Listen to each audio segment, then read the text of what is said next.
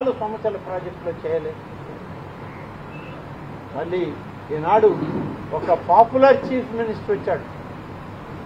164 శాసనసభ్యులు కలిగిన ముఖ్యమంత్రి, 97% ప్రజా అభిప్రాయం పొందినటువంటి ముఖ్యమంత్రి వస్తే చెట్టు ఆకు కూడా కదలనీయకుండా ఆయన ప్రయాణం సాగింది. ఎక్కడా తెరలు కట్టలేదు. అందరు శాసనసభ్యుల్ని బస్సులో ఎక్కించుకున్నాడు. అన్ని ప్రాజెక్టులకు సంబంధించినటువంటి వివరాలన్నీ తెలుసుకున్నారు. వచ్చి ఆ యొక్క గ్రామం, ఆ యొక్క మండలం, ఆ నియోజకవర్గం యొక్క ప్రజల నాడి కనుక్కోవడానికి ఒక చర్చా వేదికను కూడా పెట్టి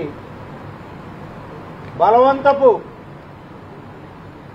సమూహాలను ఏర్పాటు చేయడానికి, వేల సంఖ్యలో నాకు జనం కావాలి, నేను మాత్రం చెర్ల మాటనే వస్తాను, జనాన్ని మీరు తోలండి, నేను మైక్లో ఉపన్యాసం చెప్తే అన్న ముఖ్యమంత్రి కాదు ఈ ముఖ్యమంత్రి.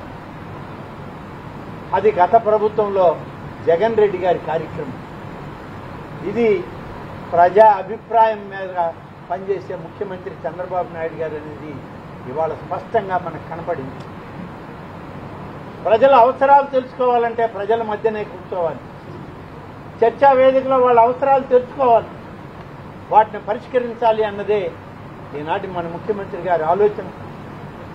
ఆ ఆలోచనతోనే ఎటువంటి సమాచారం జిల్లా అధికార యంత్రాంగానికి ఇవ్వకుండా, అందులో సామాన్య ముఖ్యమంత్రి కాదు ఈయన, Z+ కేటగిరీ ఉన్నటువంటి ముఖ్యమంత్రి, టెర్రరిస్ట్ అటాకుల్లో బయటపడినటువంటి ముఖ్యమంత్రి, ఈ దేశంలో అత్యంత ప్రధానమైనటువంటి భద్రత కలిగినటువంటి ముఖ్యమంత్రి మన చంద్రబాబు నాయుడు గారు.